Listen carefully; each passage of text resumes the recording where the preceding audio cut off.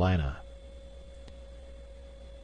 The First Men in the Moon, by H.G.Wells. Chapter 19, Mr. Bedford Alone.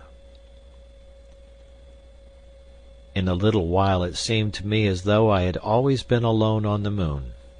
I hunted for a time with a certain intentness, but the heat was still very great, and the thinness of the air felt like a hoop about one's chest. I came presently into a hollow basin bristling with tall, brown, dry fronds about its edge, and I sat down under these to rest and cool. I intended to rest for only a little while. I put down my clubs beside me, and sat resting my chin on my hands. I saw with a sort of colourless interest that the rocks of the basin, where here and there the crackling dry lichens had shrunk away to show them, were all veined and spattered with gold, and that here and there bosses of rounded and wrinkled gold projected from among the litter. What did that matter now? A sort of languor had possession of my limbs and mind. I did not believe for a moment that we should ever find the sphere in that vast desiccated wilderness. I seemed to lack a motive for effort until the Selenites should come. Then I supposed I should exert myself, obeying that unreasonable imperative that urges a man before all things to preserve and defend his life, albeit he may preserve it only to die more painfully in a little while. Why had we come to the moon? The thing presented itself to me as a perplexing problem. What is this spirit in man that urges him for ever to depart from happiness and security, to toil, to place himself in danger, to risk even a reasonable certainty of death? It dawned upon me up there in the moon, as a thing I ought always to have known, that man is not made simply to go about being safe and comfortable and well fed and amused. Almost any man, if you put the thing to him, not in words but in the shape of opportunities, will show that he knows as much. Against his interests, against his happiness, he is constantly being driven to do unreasonable things. Some force not himself impels him, and go he must. But why? Why? Sitting there in the midst of that useless moon gold, amidst the things of another world, I took count of all my life. Assuming I was to die a castaway upon the moon, I failed altogether to see what purpose I had served. I got no light on that point, but at any rate it was clearer to me than it had ever been in my life before that I was not serving my own purpose, that all my life I had in truth never served the purposes of my private life. Whose purposes, what purposes was I serving? I ceased to speculate on why we had come to the moon, and took a wider sweep. Why had I come to the earth? Why had I a private life at all? I lost myself at last in bottomless speculations. My thoughts became vague and cloudy, no longer leading in definite directions. I had not felt heavy or weary. I cannot imagine one doing so upon the moon, but I suppose I was greatly fatigued.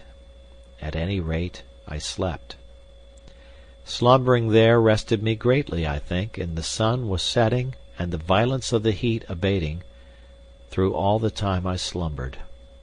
When at last I was roused from my slumbers by a remote clamour, I felt active and capable again. I rubbed my eyes and stretched my arms. I rose to my feet. I was a little stiff, and at once prepared to resume my search. I shouldered my golden clubs, one on each shoulder, and went on out of the ravine of the gold-veined rocks. The sun was certainly lower, much lower than it had been, and the air was very much cooler. I perceived I must have slept some time. It seemed to me that a faint touch of misty blueness hung about the western cliff as I leapt to a little boss of rock and surveyed the crater. I could see no signs of mooncalves or Selenites, nor could I see Cavor, but I could see my handkerchief far off, spread out on its thicket of thorns. I looked about me, and then leaped forward to the next convenient viewpoint. I beat my round in a semicircle, and back again in a still remoter crescent. It was very fatiguing and hopeless. The air was really very much cooler, and it seemed to me that the shadow under the westward cliff was growing broad. Ever and again I stopped and reconnoitred, but there was no sign of Cavor, no sign of Selenites, and it seemed to me the moon calves must have been driven into the interior again. I could see none of them. I became more and more desirous of seeing Cavor. The winged outline of the sun had sunk now, until it was scarcely the distance of its diameter from the rim of the sky. I was oppressed by the idea that the Selenites would presently close their lids and valves, and shut us out under the inexorable onrush of the lunar night. It seemed to me high time that he abandoned his search, and that we took counsel together. I felt how urgent it was that we should decide soon upon our course. We had failed to find the sphere, we no longer had time to seek it, and once these valves were closed with us outside, we were lost men. The great night of space would descend upon us, that blackness of the void which is the only absolute death. All my being shrank from that approach. We must get into the moon again, though we were slain in doing it. I was haunted by a vision of our freezing to death, of our hammering with our last strength on the valve of the great pit. I took no thought any more of the sphere. I thought only of finding Cavor again. I was half inclined to go back into the moon without him, rather than seek him until it was too late. I was already half-way back towards our handkerchief, when suddenly I saw the sphere. I did not find it so much as it found me. It was lying much farther to the westward than I had gone, and the sloping rays of the sinking sun reflected from its glass had suddenly proclaimed its presence in a dazzling beam. For an instant I thought this was some new device of the Selenites against us, and then I understood. I threw up my arms, shouted a ghostly shout, and set off in vast leaps towards it. I missed one of my leaps and dropped into a deep ravine and twisted my ankle, and after that I stumbled at almost every leap. I was in a state of hysterical agitation, trembling violently, and quite breathless long before I got to it. 3 times at least I had to stop with my hands resting on my side, and in spite of the thin dryness of the air, the perspiration was wet upon my face. I thought of nothing but the sphere until I reached it. I forgot even my trouble of Cavor's whereabouts. My last leap flung me with my hands hard against its glass. Then I lay against it panting, and trying vainly to shout, "Cavor, here is the sphere!" When I had recovered a little I peered through the thick glass, and the things inside seemed tumbled. I stooped to peer closer. Then I attempted to get in. I had to hoist it over a little to get my head through the manhole. The screw stopper was inside, and I could see now that nothing had been touched, nothing had suffered. It lay there as we had left it when we had dropped out amidst the snow. For a time I was wholly occupied in making and remaking this inventory. I found I was trembling violently. It was good to see that familiar dark interior again. I cannot tell you how good. Presently I crept inside and sat down among the things. I looked through the glass at the moon world and shivered. I placed my gold clubs upon the table, and sought out and took a little food, not so much because I wanted it, but because it was there. Then it occurred to me that it was time to go out and signal for Cavor. But I did not go out and signal for Cavor forthwith. Something held me to the sphere. After all, everything was coming right. there would be still time for us to get more of the magic stone that gives one mastery over men.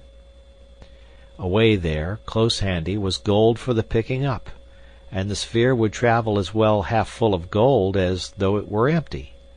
We could go back now, masters of ourselves and our world, and then... I roused myself at last, and with an effort got myself out of the sphere. I shivered as I emerged, for the evening air was growing very cold. I stood in the hollow staring about me.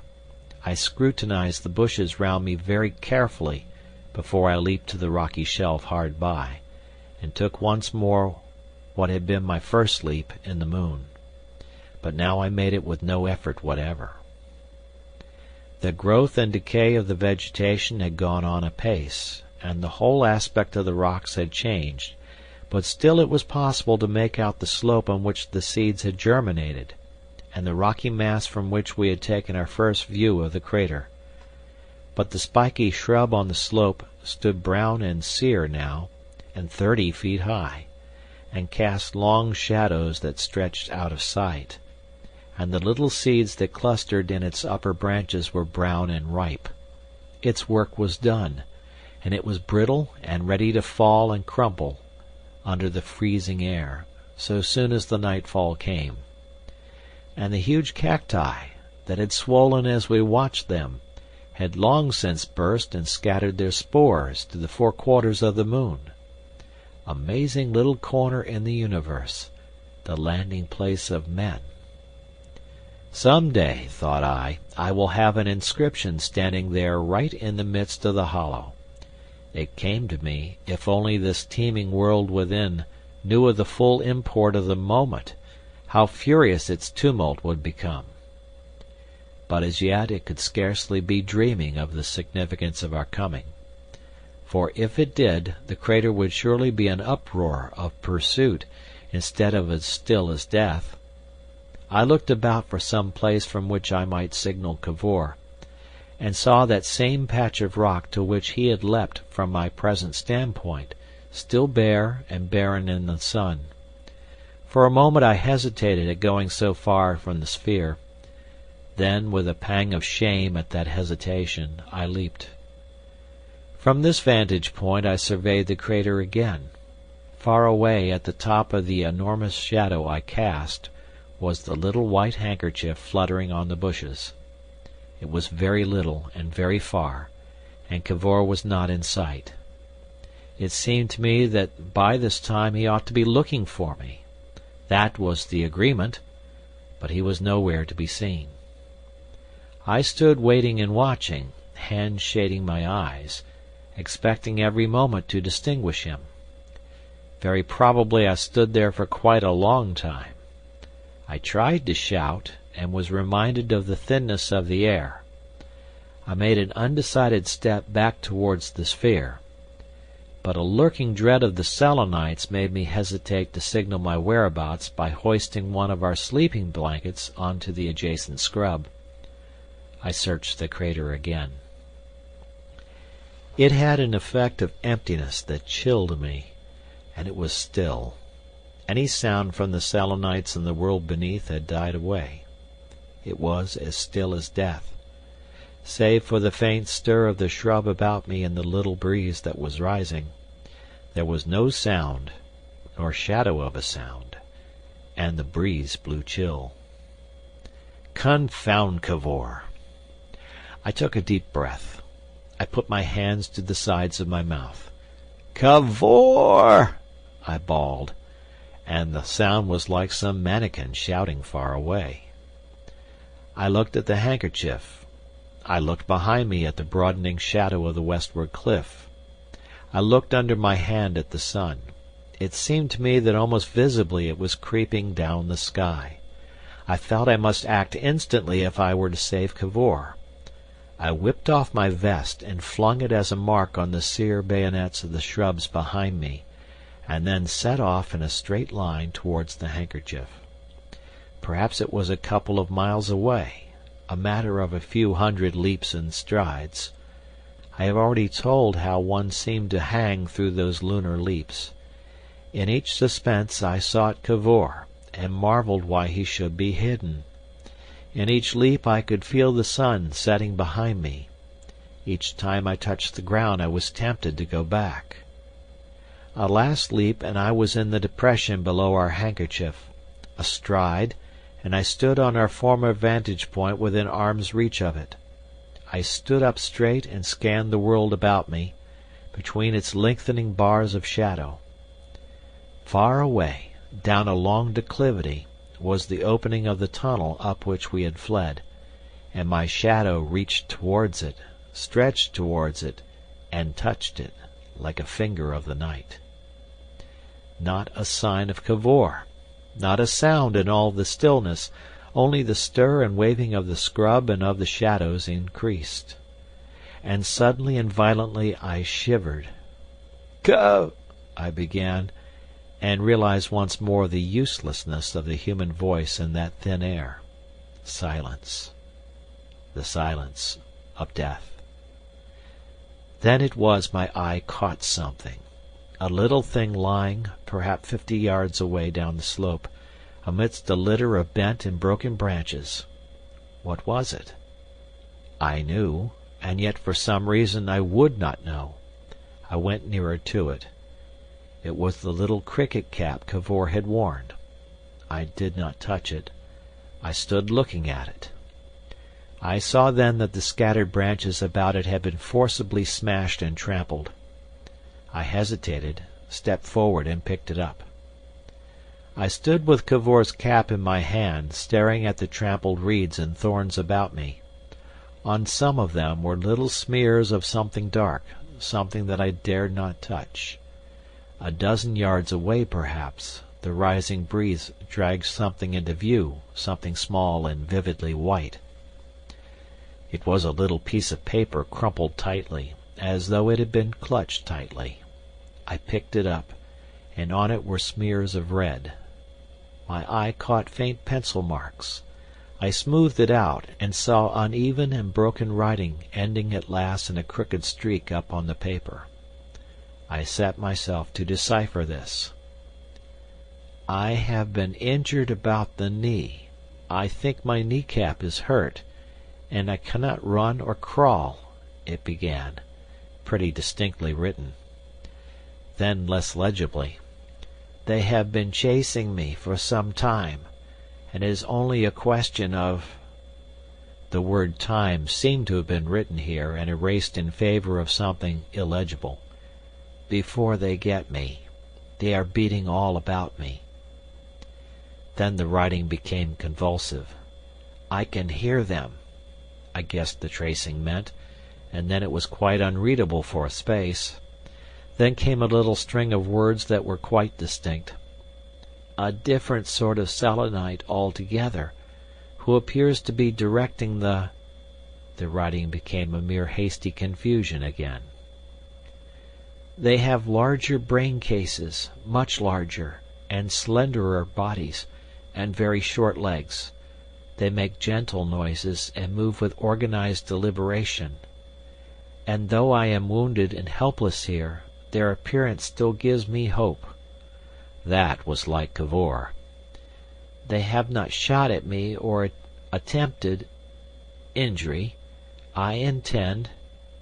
Then came the sudden streak of the pencil across the paper, and on the back and edges, blood. And as I stood there stupid and perplexed, with this dumbfounding relic in my hand, something very soft and light and chill touched my hand for a moment and ceased to be, and then a thing, a little white speck, drifted athwart a shadow.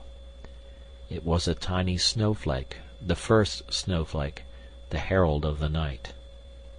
I looked up with a start, and the sky had darkened almost to blackness, and was thick with a gathering multitude of coldly watchful stars.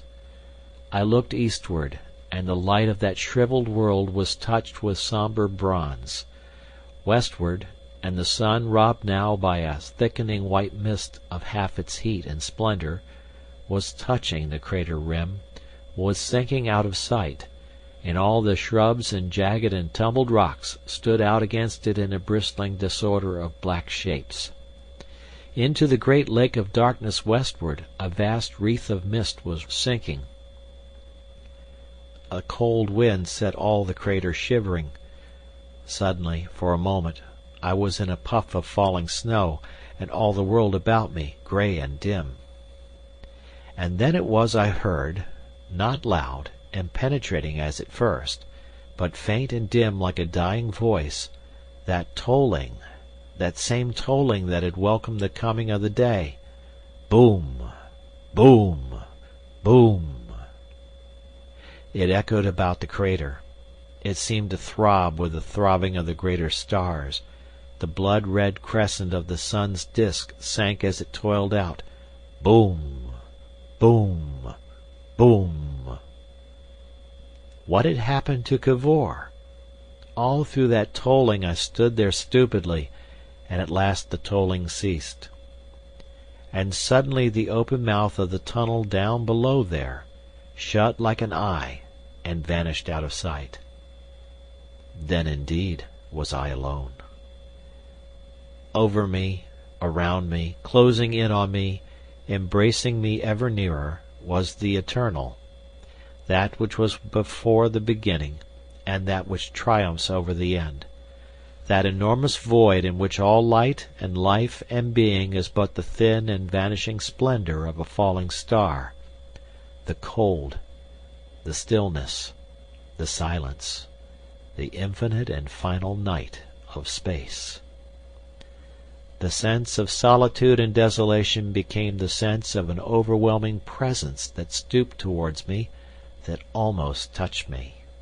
"No!" I cried. "No, not yet! Not yet! Wait, wait, oh, wait!" My voice went up to a shriek. I flung the crumpled paper from me, scrambled back to the crest to take my bearings, and then, with all the will that was in me, leaped out towards the mark I had left, dim and distant now in the very margin of the shadow. Leap, leap, leap, and each leap was 7 ages. Before me the pale serpent-girdled section of the sun sank and sank, and the advancing shadow swept to seize the sphere before I could reach it. I was 2 miles away, 100 leaps or more, and the air about me was thinning out as it thins under an air pump, and the cold was gripping at my joints. But had I died, I should have died leaping. Once, and then again my foot slipped on the gathering snow as I leaped and shortened my leap. I fell short into bushes that crashed and smashed into dusty chips and nothingness, and once I stumbled as I dropped and rolled head over heels into a gully, and rose bruised and bleeding and confused as to my direction. But such incidents were as nothing to the intervals, those awful pauses when one drifted through the air towards that pouring tide of night. My breathing made a piping noise, and it was as though knives were whirling in my lungs. My heart seemed to beat against the top of my brain. Shall I reach it? Oh, heaven, shall I reach it? My whole being became anguish. "Lie down!" screamed my pain and despair. "Lie down!" The nearer I struggled, the more awfully remote it seemed. I was numb, I stumbled, I bruised and cut myself, and did not bleed. It was in sight. I fell on all fours, and my lungs whooped. I crawled.